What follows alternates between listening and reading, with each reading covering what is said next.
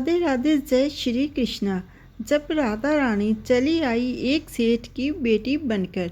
एक बार की बात है, बरसाना गांव में एक सेठ रहता था जो बहुत धनी था। उसके 3 पुत्र थे, परंतु उसकी कोई पुत्री नहीं थी। कुछ समय पश्चात उसकी पत्नी का देहांत हो गया और सभी पुत्रों की शादी हो गई।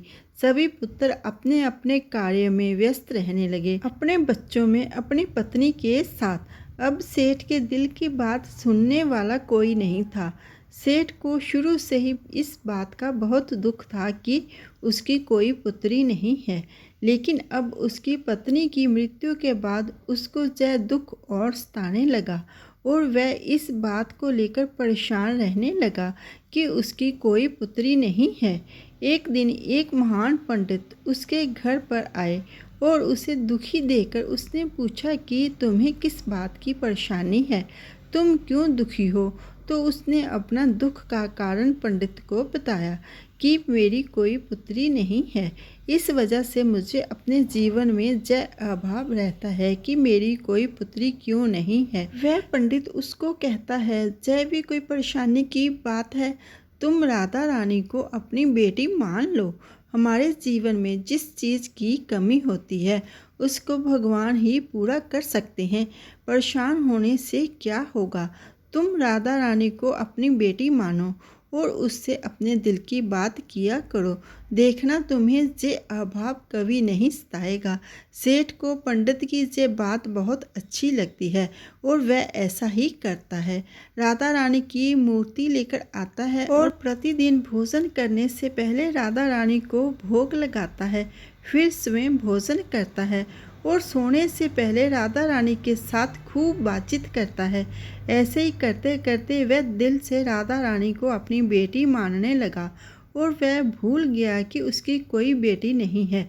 उसे इस बात का आभास होने लगा कि उसकी पुत्री सच में है और वह बहुत दिल से उसे अपनी पुत्री मानने लगा। जब तक वह बात ना करता, उसे भोजन ना खिलाता, उसका मन नहीं लगता और जब वह बात करता तो उसके मन को बहुत संतुष्टि मिलती, जैसे उसे पता नहीं क्या मिल गया हो।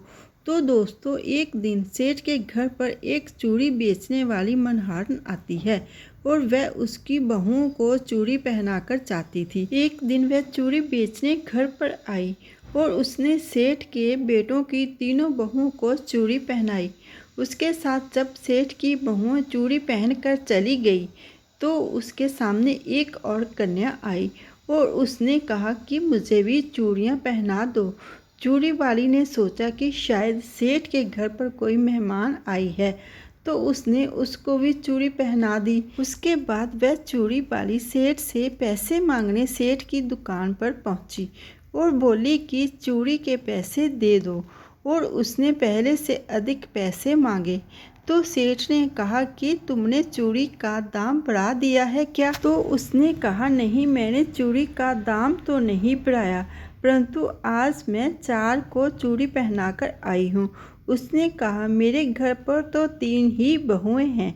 तो उसने कहा, नहीं, मैंने आज 4 को चूड़ी पहनाई है। सेठ ने कहा, तुमसे कोई गलती हुई है, मेरे घर पर तो चूड़ी पहनने के लिए मेरी सिर्फ 3 बहुएं हैं। तो सेठ ने 3 के पैसे चूड़ी वाली को दे दिए और चूड़ी वाली भी बिना कुछ कहे पैसे लेकर अपने घर चली गई। रात को सेठ घर आया और हमेशा की तरह राधा रानी को भोग लगाकर और खूब सारी बातें करके सो गया। उस दिन रात को सेठ के सपने में राधा रानी आई और कहने लगी, बाबा, तुमने चूड़ी वाली को मेरी चूड़ी के पैसे क्यों नहीं दिए। जब तुम मुझे अपनी बेटी मानते हो तो तुमने मेरी चूड़ी के पैसे क्यों नहीं दिए। और ऐसा कहकर एक लाडली बेटी की तरह रोने लगी। यह सब देखकर सेठ की आंख खुल गई और वह भी रोने लगा। जब सुबह हुई वह चूड़ी वाली के घर गया और बहुत सारी स्वर्ण मुद्राएं उसके पैरों में रख दी और उसने बताया कि तुम कल सच बोल रही थी, तुमने कल 4 को ही चूड़ी पहनाई थी। मैंने राधा रानी को अपनी बेटी माना है। तुम बहुत भाग्यशाली हो जिसको राधा रानी के दर्शन हुए हैं। मैं इतने दिनों से उनके दर्शन को तरफ रहा हूँ और तुमने एक बार में ही उनके दर्शन कर लिए हैं। ये बोलकर रोने लगा और बोला कि तुम्हें चूड़ी का जो भी दाम चाहिए मुझसे मांग लो।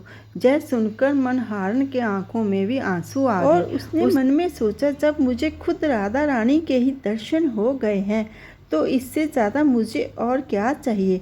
और उसने सेठ के सामने हाथ जोड़कर कहा कि तुम्हारी वजह से मुझे राधा रानी के दर्शन हुए हैं, जिससे ये मेरा जीवन सफल हो गया है। मुझे कुछ नहीं सब मिलके बोलिए राधा रानी की जय। जब हम सच्चे मन से भगवान को पुकारते हैं तो वे दौड़े चले आते हैं और हमारी पुकार जरूर सुनते हैं। भगवान को भी अपने एक सच्चे भक्त की उतनी ही ज़रूरत होती है जितनी हमें भगवान की। अगर आपके जीवन में किसी चीज़ का अभाव है तो उसकी जगह भगवान का भाव प्रकट करके आप जीवन से उसकी कमी को दूर कर सकते हैं। सब मिलकर बोलिए राधा रानी की जय।